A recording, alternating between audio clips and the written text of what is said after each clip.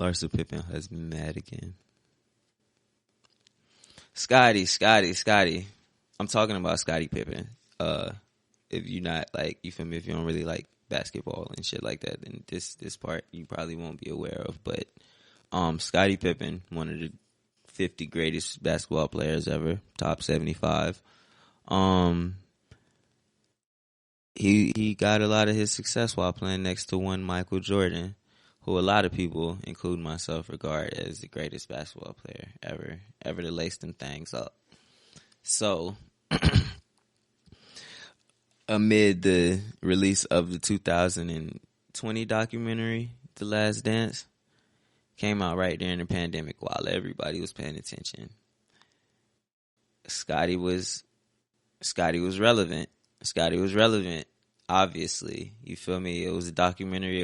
It was supposed to be talking about the 1997-1998 Chicago Bulls season, but it really was more than that. It chronicled the entirety of like Michael Jordan's come up. It talked about every season for the Chicago Bulls from his rookie season all the way up until he retired. It talked about. Scottie got his own episode. Coach Phil got his own episode. Dennis Rodman got his own episode. I want to say Steve Kerr got an episode. Tony Kukoc got an episode. Obviously, every episode was about Michael Jordan. If it wasn't, I wouldn't have enjoyed the documentary as much. I personally would not have, I probably wouldn't have finished it if they wasn't doing a lot of talking about Michael, because, he was a pretty big deal in the narrative. But Scottie apparently been working on a book, and he spoke on it in the book. Let me pull up the excerpt of Scottie Pippen's book. I type in Scottie, and the first thing I see is Scottie Barnes. Shout out to Scottie, you feel me, crib. That's Rookie of the Year. Scottie Pippen on The Last Dance. Alright, so according to this GQ Sports article, Scottie Pippen has a fucking GQ Sports article in 2021.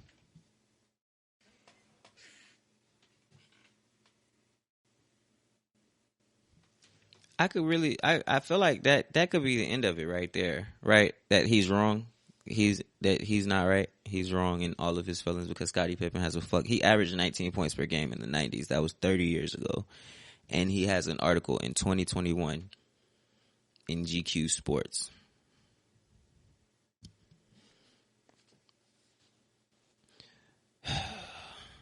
Guess we might as well fucking read it, though.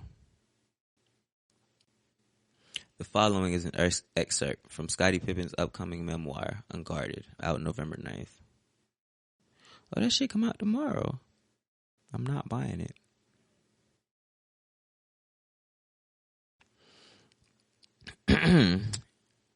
The text was from Michael. He didn't reach out very often. What's up, dude? I think that's how Michael Jordan sounds. What's up, dude?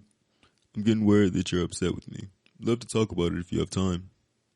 My schedule was packed that evening, and I knew the conversation would take a while. Shut up, Scottie. You didn't have shit to do. You were done shooting your morning show, and you were just like... I hit him back an hour and a half later. Scottie, you sound like a light-skinned thought, bro. Like, okay, we get it. Yeah, you were busy, bro. Let's talk tomorrow. Michael was right. I was upset with him. It was because of The Last Dance, the 10-part ESPN documentary about the Chicago Bulls' final championship season, 1997-98, which millions of people watched during the early weeks of the pandemic. With no live sports on TV, The Last Dance for 5 straight Sunday nights starting in mid-April provided a much-needed distraction from the new normal we suddenly found ourselves in. There was only so much news about hot spots and hospitalizations and death anyone could absorb. The final 2 episodes aired on May 17th. Similar to the previous 8, they glorified Michael Jordan while not giving nearly enough praise to me and my proud teammates. Michael deserved a large portion of the blame. The producers had granted him editorial control of the film product. The doc couldn't have been released otherwise. He was the leading man and the director. I wonder fucking why. And I've already read this excerpt before, so I'm just gonna, spoiler, put a note in right there that he said he was the leading man and the director. I had expected much more. When I was first told about it over a year earlier, I couldn't wait to tune in knowing it would feature rare footage. My years in Chicago, beginning as a rookie in the fall of 1987, were the most rewarding of my career. 12 men coming together as one, fulfilling the dreams we had as kids in playgrounds across the land when all we needed was a ball, a basket, and our imagination. To be a member of the Bulls during the 1990s was to be part of something magical for our times and for all time. Again, I've already read this excerpt, and it's worth noting that this whole thing was told, this little portion was told from Scottie Pippen's perspective, probably because this is Scottie Pippen's book, so the people who are consuming this book want to hear Scottie Pippen's perspective. So we started at the beginning for Scottie. I mean, it wouldn't have made sense for you to talk about the fact that the Bulls were essentially the same organization in 87 as they were in 86. Like, not much really had changed that year other than the performance of Michael Jordan. And they got some players, but Scottie wasn't a factor at that point. And again, like I say, I'm just spoiling some of my points at the end, but it's worth noting that whole little excerpt was told from Scottie's perspective. Except Michael was determined to prove to the current generation of fans that he was larger than life during his day and still larger than LeBron James, the player many consider his equal, if not superior. So Michael presented his story, not the story of The Last Dance. Owner Jerry Reinsdorf and general manager Jerry Krause were intent on breaking up the gang no matter what happened. As Krause told Phil in the fall of 97, you can go 82-0 and it won't make a difference. This will be your last season as the coach of the Chicago Bulls. ESPN sent me the links to the first 8 episodes a couple weeks in advance. As I watched the doc at home in Southern California with my 3 teenage boys, I couldn't believe my eyes. Among the scenes in the first episode, Michael, the freshman at the University of North Carolina, hitting the game-winning shot against the Georgetown Hoyas in the 1982 NCAA title game. Scottie, they talked about when you were in college, too. They talked about your whole ass upbringing. They gave your points per game at the first school you went to and that you transferred or whatever the fuck. I didn't give a fuck about your part of the documentary for real. And that's probably why it got the attention it did, because they knew who the fuck their fan base was. Like, they knew who their audience was. Regardless, but like, it's like, why? Michael Jordan has in the past said that that's when he went from being Mike Jordan to Michael Jordan, making it seem as though that was a very transformative moment in him becoming the person that we know him as today. Why wouldn't you mention that? Like, why would you not mention that? Why would we not mention when that person became who that person is, according to that person? Whatever. Michael, drafted third by the Bulls in 1984 behind Akeem Olajuwon and Sam Bowie, talking about his hopes of turning the franchise around. Okay, so the Bulls were a perennial mess, essentially, when Jordan got there. During the timeline of The Last Dance in this 97-98 season, they were coming off of 5 championships in 7 years. I think that's interesting. I think that is interesting, that he did not come to a great team. And I think from a storytelling perspective, it makes it kind of easy to divvy out your timeline. You feel me? Like, yes, it started off really, really bad, and then it gradually grew to a point to where y'all were arguably the greatest team ever. Like, I think it was worth noting. Michael Jordan leading the Bulls to a comeback triumph over the Milwaukee Bucks in just his 3rd game. Okay. I'm not even going to be that much of a hard ass. He's being a bitch, bro. He's being a bitch, but whatever. Like, okay, I guess that was unnecessary. I thought it was cool.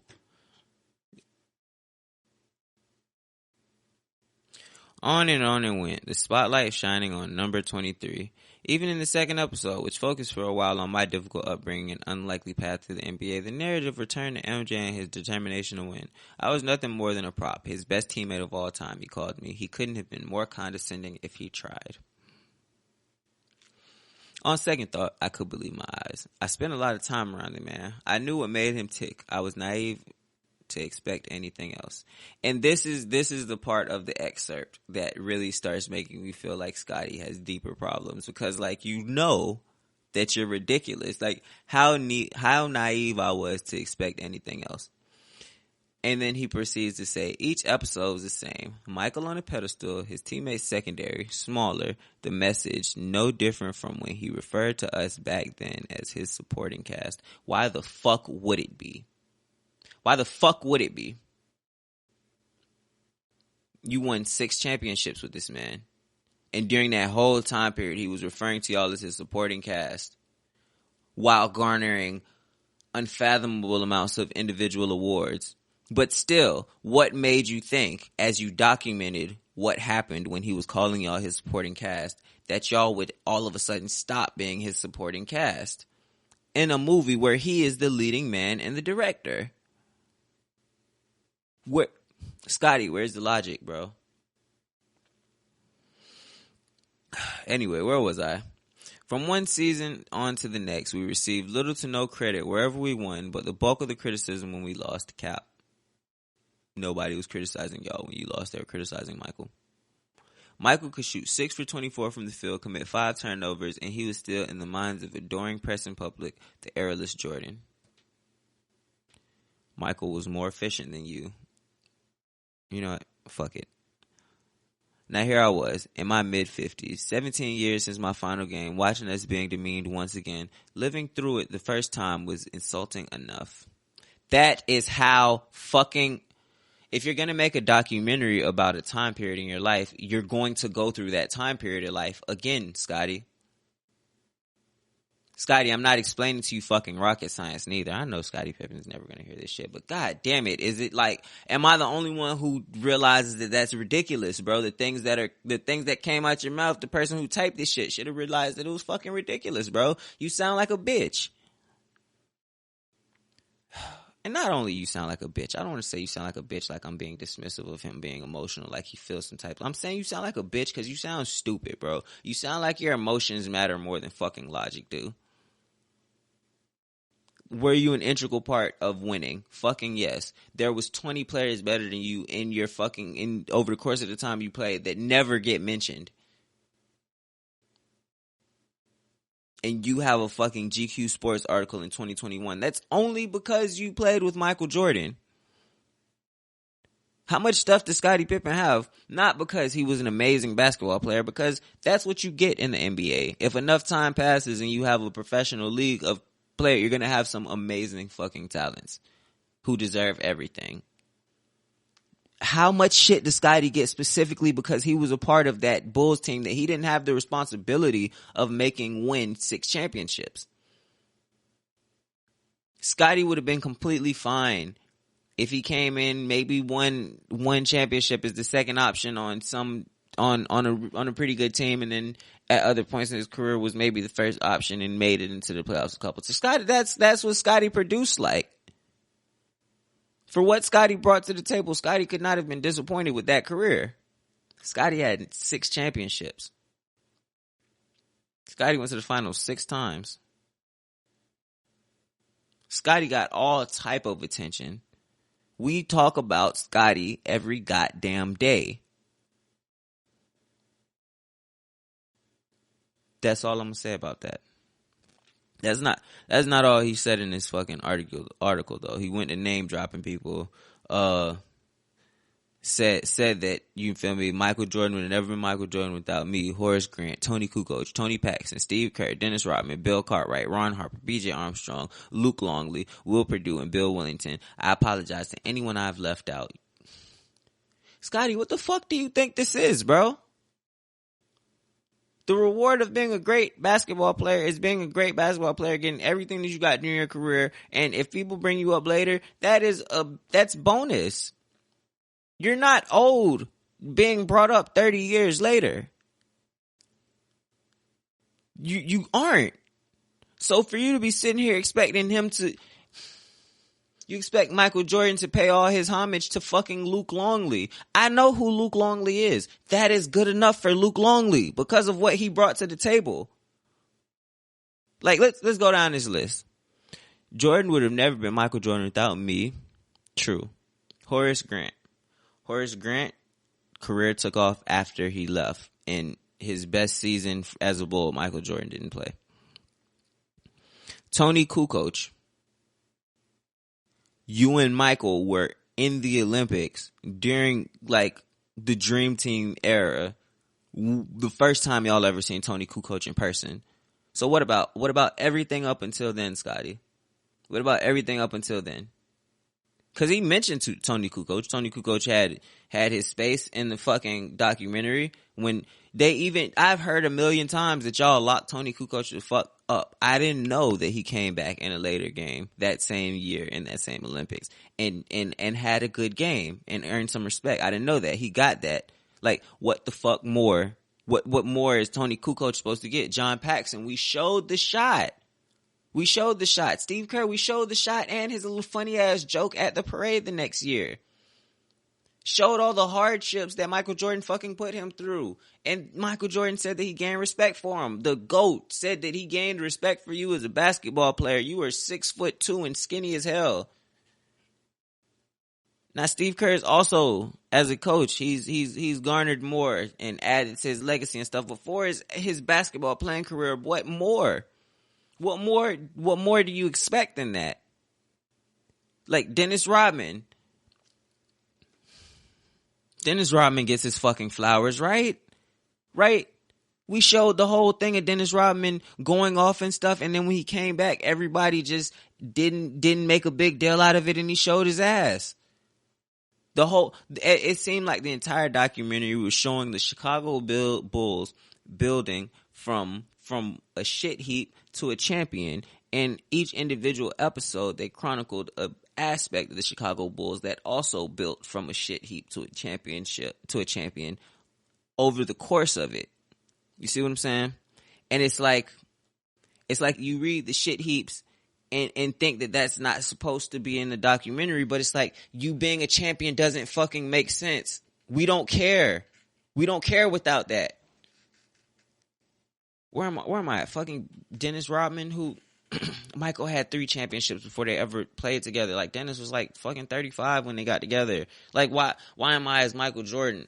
People are looking at me as the greatest basketball player in the entire world. Why am I giving these people more attention than what I gave them? Because I'm not saying why am I giving them attention. They were factors. They were important, integral pieces. Why am I giving them any more attention than I have already, though? You feel me? Bill Cartwright, Ron Harper, B.J. Armstrong. It's 2021 and I just said Bill Cartwright, Ron Harper, B.J. Armstrong. Like, do you understand? That is a benefit when you had their particular careers, which all of it was, they were amazing careers, but you got to understand, every single season, multiple people have great seasons. If you go through a 5-year stretch of the NBA, you will find a lot of players who were good for, sorry, I don't know what the fuck happened, but you'll find mad players over the course of that 5-year span who were good for 5 years. Like this idea that every single person who was an NBA great is supposed to be being brought up 30 years later. Every great team, everybody on that team needs to be brought up 30 years later. Who was the 6th man for the Lakers during Showtime Lakers? We don't bring him up. We don't talk about Bill Walton as just a 6th man. We only bring him up as the 6th man on that team because he had already had an established career before that. And then afterwards, also the fact that he's such a large voice in media plays an extremely large role in his legacy as well. Scottie, you say a lot of shit that's dipped in stupid. You be on television, bro. You be on TV getting to speak about stuff that's not just related to Michael Jordan. If you wanted your legacy to be better, you've had ample opportunity over the time period, but you want to talk about what you did playing basketball. And that wasn't enough for what you want. Understand what I'm saying? Scottie, level with me, bro. You were amazing, dog. I don't remember the last time I brought up Penny Hardaway. Were you better than Penny Hardaway? I don't remember the last time I brought up Grant Hill. Were you better than Grant Hill? Who like there was an episode where we talked about fucking, see, I can't even remember the motherfucking name, Clyde Drexler. He had a whole series in his little section in The Last Dance. We never fucking talk about Clyde Drexler. Are you better than Clyde Drexler? Like this idea that Scottie deserves more respect than what Scottie gets. Like, does Scottie deserve respect? Without a doubt. And I think that it's semantics that really caused this to even be a discussion, because it really shouldn't be. It's pretty open and shut. Does Scottie deserve respect? Yes. Does Scottie deserve more respect than what he's been shown? Hell no. Fuck no. Shit no. Like, it's not the case. Scottie's mad that oh, I didn't even finish the damn article. Scottie's mad that they brought up what happened in '94. You feel me? Oh, when he stayed on the bench and the whole thing, which, by the way, yes, that was not Phil Jackson being racist. That was Phil Jackson knowing how to goddamn count. Just look at statistically the percentages that were being shot from Tony Kukoc during that time period and Scottie Pippen. Like, Scottie Pippen was an amazing all-around player, but in that situation, he was more equipped to be the out-of-bounds guy. That fit his game better. And I don't understand how you feel like, oh, Michael Jordan should have paid so much more respect to yada, yada, yada, the 7th, 8th, 9th man on the goddamn bench. But then you, when in the same situation, when you got to be full Michael Jordan first season, you didn't even get on the court when you weren't going to get to behave that way. So what makes me think that you don't believe that's how he should have behaved? Explain, Scottie.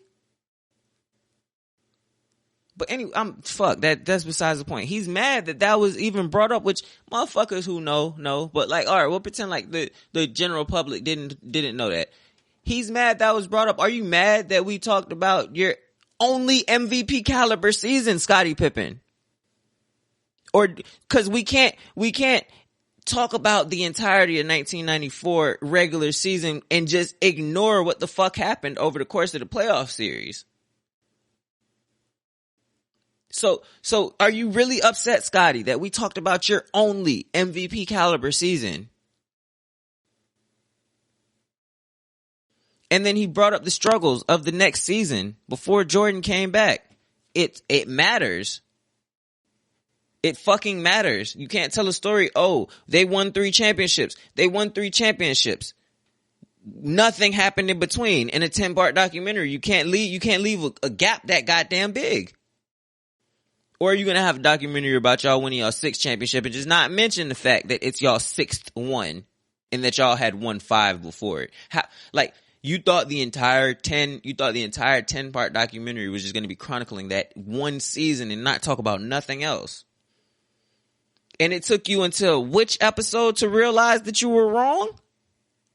Like, you were that far in the documentary before you realized, damn, this documentary is actually about the entirety of Michael Jordan's tenure with the Bulls. Because it was mad different than any other portion of Bulls history.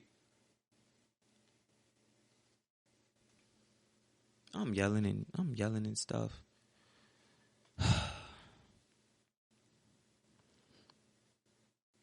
Scottie says something that I think we need to psychoanalyze to really get to the root of the problem. Scottie said, and I'm gonna pull up the exact quote. No, I'm not. Scottie essentially said that The Last Dance was made so Michael Jordan could show the new generation that he's still that guy. You feel me? In comparison to LeBron James, who a lot of people feel now is his equal or his superior. Okay. Let me psychoanalyze that for a second. He didn't say to the people now, like the older generation, which is weird because there's also members of that generation, and they're the ones who control like the media outlets and stuff. Like Shannon Sharp isn't a part of the new generation. Nick Wright is he's relatively young compared to Scottie Pippen, but Nick Wright, he's not a young guy. When Colin Cowherd was doing all of that fat rapping about LeBron, he was up there in age. So it's not that it's just this new young generation feels like Michael Jordan is the GOAT. That's who you are focusing on. In your mind, that is who is important. That's whose opinions is mattering to you, which makes sense because, like, they're the loudest. You want to find the people who are going to speak the most for present day society and culture. Find people from age like 13 to 22. So I get it, but I think the real deep-seated problem here is where you fall into the equation. Because yes, that's an argument for them, and in the eyes of that generation, Michael Jordan is just the old people's last hope that their basketball was the best. You feel me? LeBron James is actually the pinnacle of basketball. Michael Jordan is just he's what old people hold on to. You feel me? That's where he falls in the eyes of the demographic you're speaking about. And you're saying that he is determined to prove that demographic wrong. And I think that you're projecting. Because you see, where does Scottie Pippen fall in the eyes of that demographic? Larsa Pippen's husband. You feel me? Yeah, your wife left you and was fucking Future. And then we seen her with a fucking, what was it, rookie, sophomore, 22, 23, 24, some young motherfucker in the NBA. Then all of a sudden y'all marriage is getting dissolved and him and his wife are separating. And I think that's what's getting to Scottie. Is the voice of the youth and the views of the youth. And now this is Scottie's attempt to reclaim his legacy. To say, hey, no, don't focus on this thing over here. I've done this other thing that was way more important. But he can't come out and blame the constant. Scottie Pippen has been made to look like a beta male publicly so many times, and he can't come out and address that is what is hurting him. That's what Scottie's problem is. He can't come out and say that. So what Scottie Pippen has to do is he has to deflect that Michael Jordan is the reason why he's looked at negatively. When the reality of the situation is Michael Jordan is the only reason you're still relevant in any positive context. Because outside of Michael Jordan and what you did with the Chicago Bulls all those years back, it has just been bad, Scottie. People are starting to figure out about your little beef with Charles Barkley and all the rude shit that you said to him. Maybe Scottie's not the nicest guy in the world. People are starting to realize you made more money than Michael Jordan over the course of your career. Everything that's come out about you since the end of that last dance, it's been horrible, Scottie. So now, as opposed to you saying, I want to address all of the people who've done me wrong, all of the false narratives being painted about me publicly in my personal life,